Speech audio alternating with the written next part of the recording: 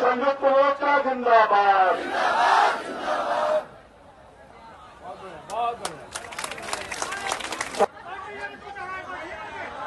बैठिए, बैठ जाइए, बैठ जाइए।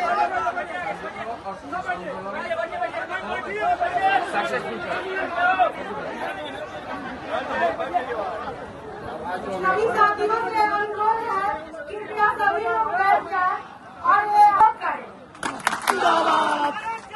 ऐसी महिला साथियों के लिए फिर से करने का संयुक्त मोर्चा का जो आंदोलन है, इस आंदोलन में मौजूद आप तमाम कार्यपालक साथियों को, इस क्षेत्र से जुड़े हुए सभी हमारे नौजवान साथियों को मैं अपनी तरफ से और अपनी पार्टी भाजपा माले के सभी 12 विधायकों की तरफ से आपके आंदोलन को संपूर्ण समर्थन देने आए हैं।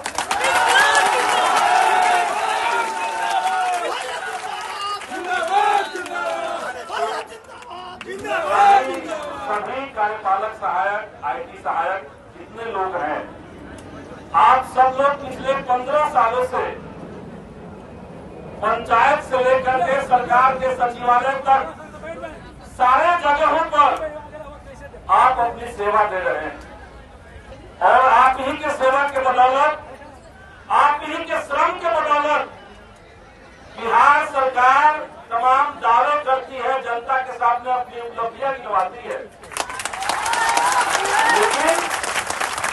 लेकिन अगर कार्यपालक सहायकों के साथ आईटी सेक्टर से जुड़े हुए, आईटी से जुड़े हुए जितने हमारे कर्मी हैं, उनके साथ अगर इंसाफ नहीं होता है, अगर आपको इस बात की गारंटी नहीं मिलती है कि 7 साल तक नौकरी पक्की है, अगर ये वो गारंटी नहीं देते हैं, तो ये सरासर नाइंसाफी है, आपके साथ विश्वासघात प्रचार कर रहे हैं। आपका सेवा का स्थायीकरण जरूरी है और आपको हम बताना चाहेंगे, देश के सुप्रीम कोर्ट ने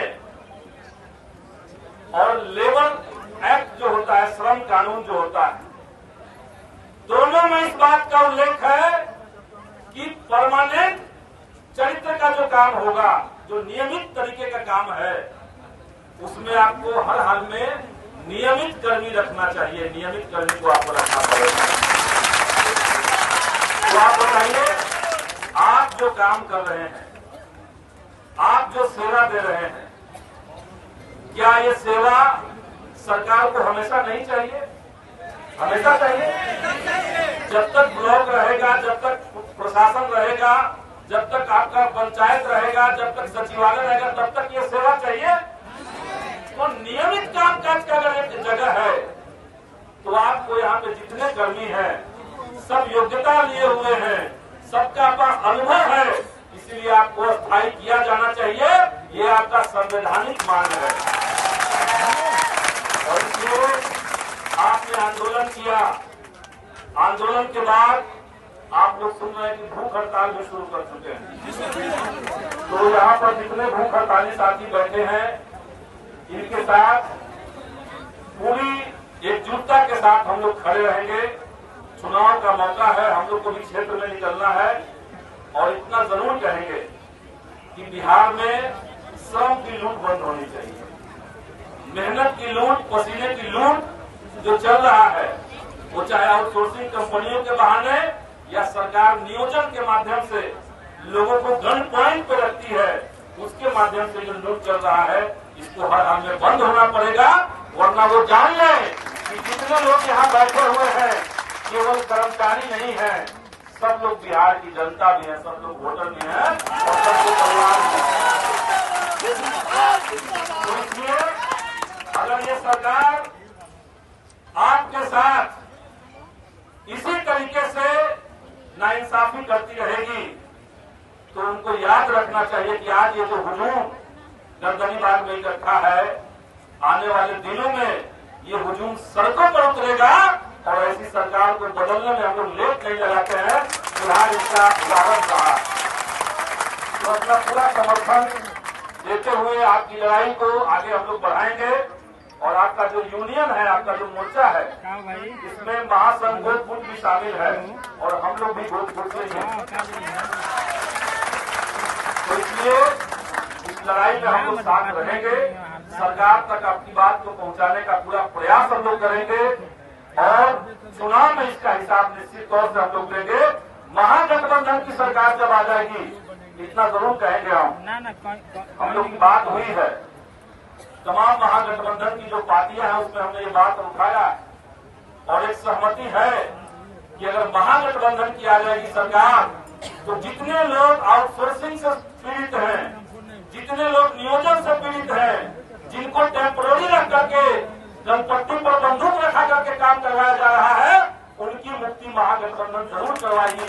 ये आपके सामने हम लोग करेंगे और इसलिए आप सबसे अपील है इस लड़ाई को, इस एकजुटता को इसी तरीके से बरकरार रखिए।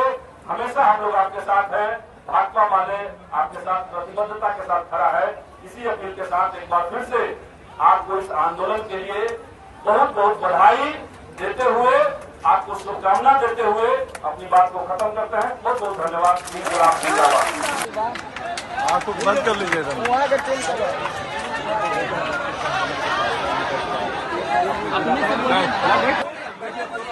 कोई बात नहीं, करे भी नहीं।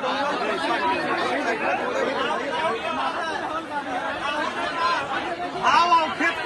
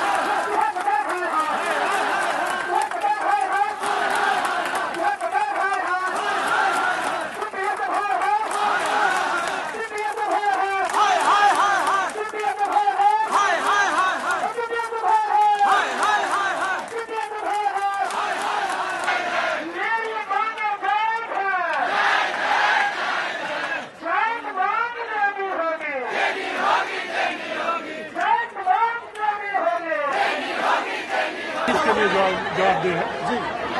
हम लोगों को वो गुमराह करते रहे। मिशन सोसाइटी में पदाधिकारी वो गुमराह करते रहे, जिसका नतीजा है कि आज इसमें भारी संख्या में हम आंदोलन पर उतारे हुए जी।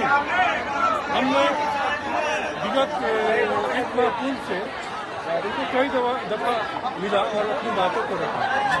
विगत 6 माह से जो है हमने कई मांगों को उनके समक्ष रखा जी। इसमें एक चीज और अहम है कि सिर्फ मिशन में नहीं, बल्कि सरकार के सभी स्तर पर हमने मंच के पास जाइए, मंच के पास जाइए। आप लोग भैया बैठ जाइए, पैर पड़ रहे हैं आप लोग, नहीं बैठना है।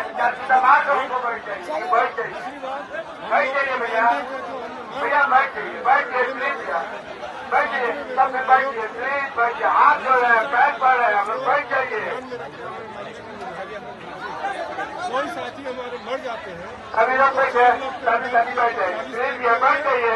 अच्छा नहीं दिख रहा है, मैसेज आता जाना चाहिए, संख्या दिखनी चाहिए। बैठ जाइए भैया, बैठ जाइए, का आच्छादन है वो निश्चित बैठ जाइए भैया, लोगों के साथ आज हम लोग यहाँ पर हड़ताल पर बैठे हैं। बैठ जाइए, कोई जगह बोलेगा नहीं। कि आपको ये कर दिया जाएगा। जो अंतिम हमारी वार्ता है उसमें बीडीएसएल के पदाधिकारी ने हमसे कहा कि आपको 1 जनवरी से ये मानदेय का बढ़ोतरी लागू हो जाएगा जी, 1 जनवरी 2026 से जी।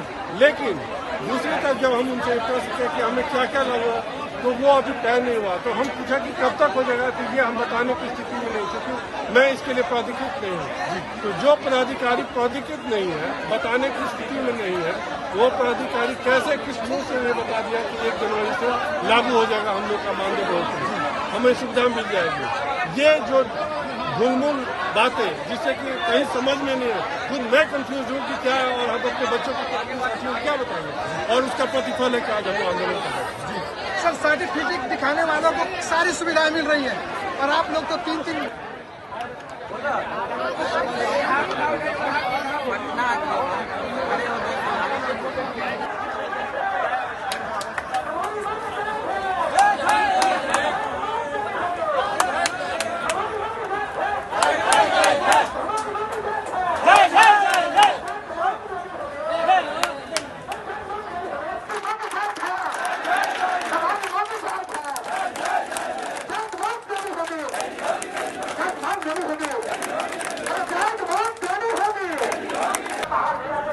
हम लोगों की मांग है सरकार से कि सेवा स्थायी नियमितीकरण, और जब तक नहीं होता है तब तक 7वें वेतन आयोग के अनुशंसा के आलोक में मानदेय का जो है पुनर्गठन किया जाए, और इसमें जो है वरीयता का विलाप का भी ध्यान रखा जाए। जो हमारे साथी मर जाते हैं किसी कारणवश से, तो उनको 4 लाख का अनुदान दिया जाता है। हम सरकार से ये आग्रह किए हैं कि 40 लाख दिया जाए। सेवा काल में मृत्यु के उपरांत उनके आश्रितों को जो अनुकंपा का लाभ दिया जाए, और ईपीएफ नियोजन तिथि से ईपीएफ का लाभ दिया जाए। ये हमारी प्रमुख मांग है। दिक्कत कहाँ आ रही है? दिक्कत ये है कि सरकार पिछले विगत दिनों जो हम लोगों ने सरकार को पत्र दिया था, उस पत्र के हवाले से ये कहा गया था कि आप लोग का मानदेय और ये सभी मांगों पर विचार किया जाएगा और इसको यथाशीघ्र पूर्ण कर दी जाएगी। करीब 6 महीना बीत जाने के बाद जो है हमने फिर मिशन से, बिहार प्रशासनिक सुधार मिशन से संपर्क किया। वहाँ के पदाधिकारी ने बताया कि अब आप लोग का मानदेय का निर्धारण या कोई भी मांग जो है चुनाव के बाद होगी। हमने पूछा कि चुनाव के बाद होगी और इस पर निर्णय लेगी, और आप लोग को 1 जनवरी से मानदेय वृद्धि का जो है लाभ मिल जाएगा। दुर्भाग्य ये है, जब मैंने पदाधिकारी से पूछा कि क्या इस पर निर्णय हो गया, तो उन्होंने बोला कि निर्णय अभी तक तो नहीं हुई है, लेकिन वो मानदेय का जो है बढ़ जाएगा। हमको उसमें मानदेय हमारा कितना होगा इसके बारे में कोई जानकारी तो मैं निर्णय कैसे बता सकता हूँ, वो तो सरकार की चीज है। ये बात हमें समझ में नहीं है कि वो हमें एक तरफ करे 1 जनवरी से। किस पदाधिकारी ने ऐसा बयान दिया? सतीश रंजन सिन्हा है हमारे। कौन है ये? क्या डिग्रेशन है? अधिकारी हमारे। कहाँ के? प्रशासनिक सुधार मिशन सोसाइटी के, बिहार प्रशासनिक सुधार मिशन के। ठीक है। तो उन्होंने ये कहा कि जो बात बताया उन्होंने, हमें बड़ा आश्चर्य लगा कि एक तरफ तो वो कहते हैं 1 जनवरी से आपका मानदेय की बढ़ोतरी हो जाएगी, दूसरी तरफ जब मैंने उनसे मांगों के बारे में चर्चा की तो उनका कहना था कि उसके लिए मैं ऑथराइज्ड व्यक्ति नहीं हूँ कि मैं आपको इसके बारे में कोई कमिटमेंट कर सकूँ। तो ऐसी स्थिति में क्या करने का आगे सोचे? आगे क्या करने का सोचे? हम लोग भूख हड़ताल कर रहे हैं, और इसके बाद भी नहीं होता है तो मिशन के घेराव और आदि कार्यक्रम करेंगे।